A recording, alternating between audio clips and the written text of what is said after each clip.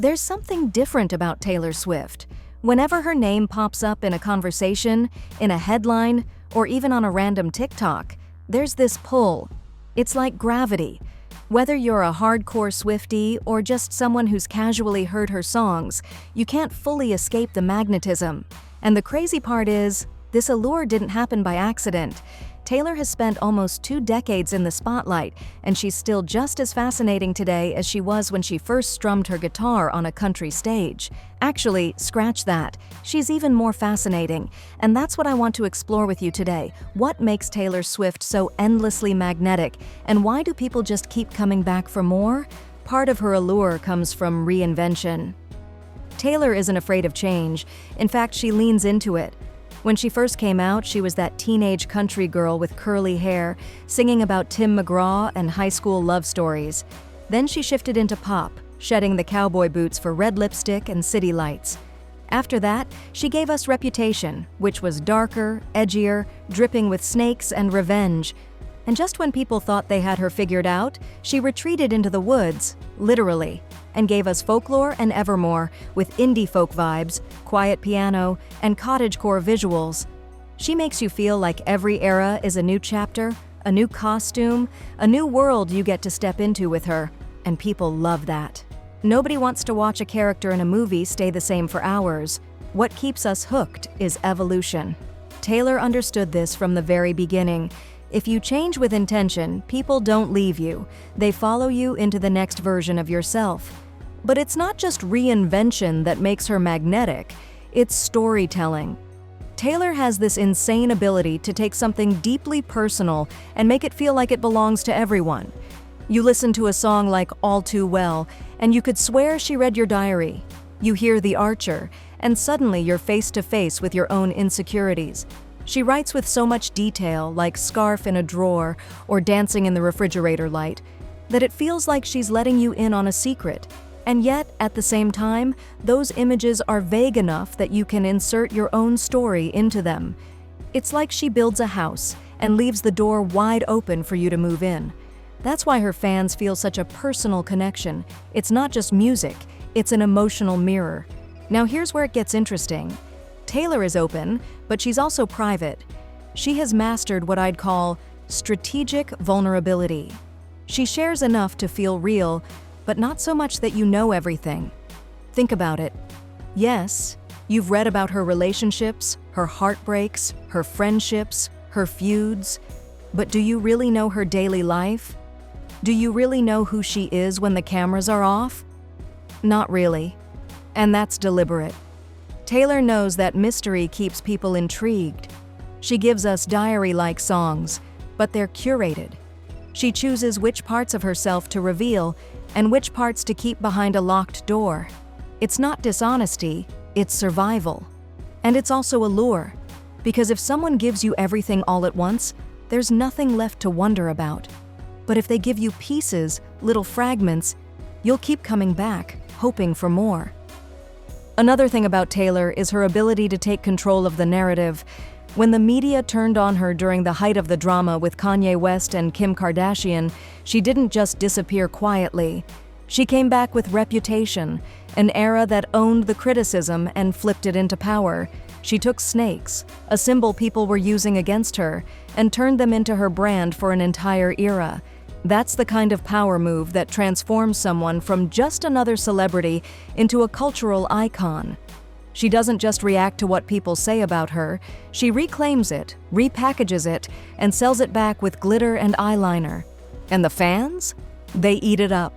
And then there's her business side. People forget this, but part of Taylor's allure is that she's not just an artist, she's a strategist. Her decision to re-record her old albums after losing control of her masters wasn't just smart, it was revolutionary.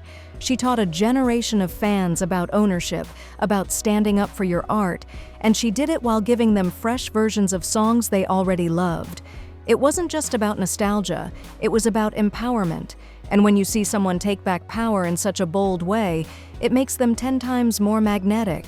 She's not just singing breakup songs, she's teaching lessons about control, business, and resilience.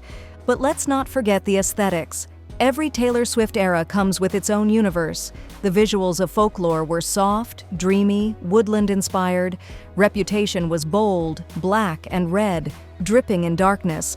Lover was pastel, candy-colored, heart-shaped everything. She doesn't just drop an album, she immerses you into a fully built world. And that's part of the allure. You don't just listen to Taylor Swift, you live inside her eras. It's like stepping into a different room of the same house each time. And when you give people that kind of experience, they don't just become fans, they become devoted. And what makes it all work is that she's resilient. Taylor has been torn apart by the media, mocked, called names, criticized for dating, criticized for writing about dating, criticized for not dating enough. And yet, she always comes back, stronger, different, smarter. She adapts, but she never disappears.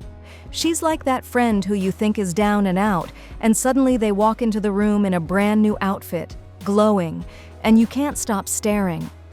That cycle of being underestimated and then rising again has become part of her mythos, and people can't get enough of it. By now, you can see that Taylor's allure is multi-layered. It's not one trick, not one habit, not one lucky break. It's a symphony of reinvention, storytelling, mystery, resilience, and control. But here's the real secret. It's not just about being loved, it's about being unforgettable. And Taylor has cracked that code. And maybe the most fascinating part of Taylor Swift's allure is the way she connects with people, not just through music, but through how she treats her fans. For years, she's left hidden messages in her liner notes, sprinkled Easter eggs in music videos, and built entire treasure hunts for people who pay attention. It's never just a song drop with her, it's an event. You get this feeling that she's whispering secrets only her fans will catch, like you're part of some exclusive club that speaks its own language. And that makes people feel seen. It makes them feel special. She also goes above and beyond when it comes to fan interaction. Back in the day, she hosted secret sessions where she invited fans into her own home to listen to albums before they were released. She sends handwritten notes, care packages, even baked cookies. And while she can't personally connect with every fan on that level anymore, that spirit still lives in how she communicates. Whether it's a speech at one of her record-breaking Eras Tour shows or a small detail hidden in her outfits, she knows how to make her audience feel like part of the journey. And that bond, that loyalty, is something money can't buy. The Eras Tour itself is a masterclass in allure. It's not just a concert, it's an emotional pilgrimage. Fans dress up as their favorite eras, trade friendship bracelets, and treat it like a sacred ritual. Taylor isn't just performing songs, she's revisiting entire chapters of her life alongside her audience, and by doing so, she turns their lives into part of the story too. That's why the shows sell out in minutes, and why entire stadiums shake with the energy of people who feel like they're part of history being written in real time. It's not just entertainment, it's culture. And yet, for all this intimacy, Taylor still knows how to pull back and keep parts of her life private. She doesn't overshare on social media, she doesn't broadcast every detail of her relationships, and she doesn't give away every thought she has. She lets people wonder. And that's important because mystery fuels fascination. Think about it. If you know every single thing about someone, there's nothing left to discover. But when someone holds a little back, when they leave some things unsaid, you lean in closer, waiting for the next clue, the next breadcrumb. That's how Taylor manages to stay in the conversation without being overexposed. It's almost like she's built her own rhythm of showing up and stepping back. Sometimes she's everywhere, on tour, on magazine covers, in documentaries. And sometimes she vanishes for months, only to reappear with a brand new sound, look, or vibe. That cycle of presence and absence is part of her allure too. It keeps people hungry, keeps them guessing, keeps them invested. She doesn't just live in the spotlight, she knows how to use the shadows. And that's the lesson hidden in Taylor's story. Allure isn't about trying to be liked by everyone. It's not about screaming for attention or giving away all of yourself. It's about timing. It's about rhythm. It's about knowing when to share and when to step back, when to reinvent and when to stand firm, when to be vulnerable and when to protect your peace. Taylor has shown us that Allure is less about perfection and more about being intentional with your presence. So what can we take from this? Maybe it's permission to evolve without apologizing for it. Maybe it's a reminder that mystery isn't a weakness but a strength. Maybe it's the courage to take control of our own narrative, even when people try to write it for us. And maybe it's realizing that Allure doesn't mean being everything to everyone. It means being unforgettable to the right people. That's why Taylor Swift isn't just another celebrity. She's a cultural force, someone who has managed to turn her life into a living story that millions of people feel connected to. Her allure is built on layers. Her resilience in the face of constant criticism, her creativity in building entire eras that feel like worlds of their own, her vulnerability in writing lyrics that read like diary entries, her strategy in reclaiming her masters and redefining the industry, and her mystery in holding back just enough to keep us curious. She's proof that you don't need to give away everything to be adored. Sometimes it's the silences, the things left unsaid, that make you unforgettable. Taylor embodies contradiction in the best way. She's open but private, soft but strong, flawed but powerful. And that paradox is what makes her so magnetic. She isn't perfect, and she never pretends to be. Instead, she embraces transformation, invites people into her world on her terms, and never stops evolving. That's why, after all these years, she shines brighter than ever, not just as a pop star, but as an icon who redefines what it means to be truly unforgettable. So as we close out this deep dive into the allure of Taylor Swift, think about what this could mean for your own life. You don't need to be a global superstar to understand the value of reinvention, the power of storytelling, or the beauty of holding some things close to your chest. Maybe it's as simple as changing up your style when you feel stuck, or telling your story with a little more honesty, or remembering that it's okay not to post every detail online.